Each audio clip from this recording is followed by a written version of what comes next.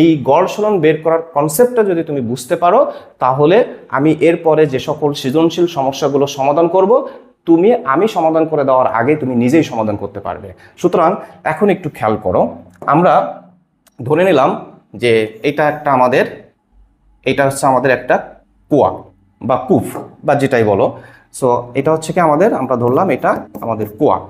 এই কুয়ার গভীরতা, এই কুয়াটার গভীরতা আমি ধরবো এল। এখানে খেয়াল করো, এর গভীরতা হচ্ছে এল, এলটা হচ্ছে কি এর গভীরতা।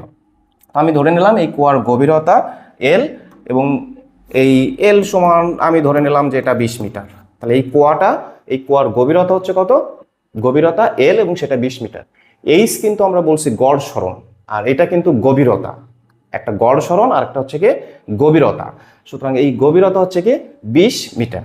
এখন আমাদের এই কুয়াটা সম্পূর্ণটাই পানি দ্বারা ভর্তি। সো আমি কুয়াটা সম্পূর্ণটাই পানি দ্বারা আমাদের ভর্তি।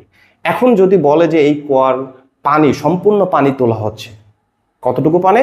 সম্পূর্ণ পানি। সম্পূর্ণ পানি তোলার ক্ষেত্রে আমরা একটু এখানে লিখি যে আমাদের যদি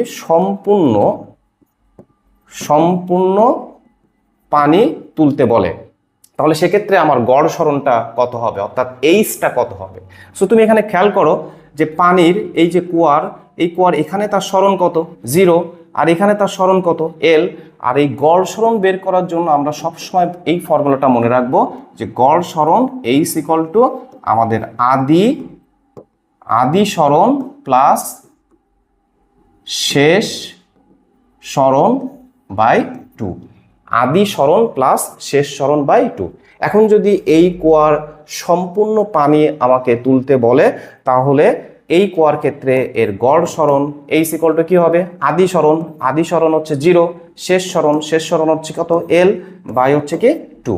তাহলে দেখো এখানে 0 আর L হচ্ছে কত? এখানে 20।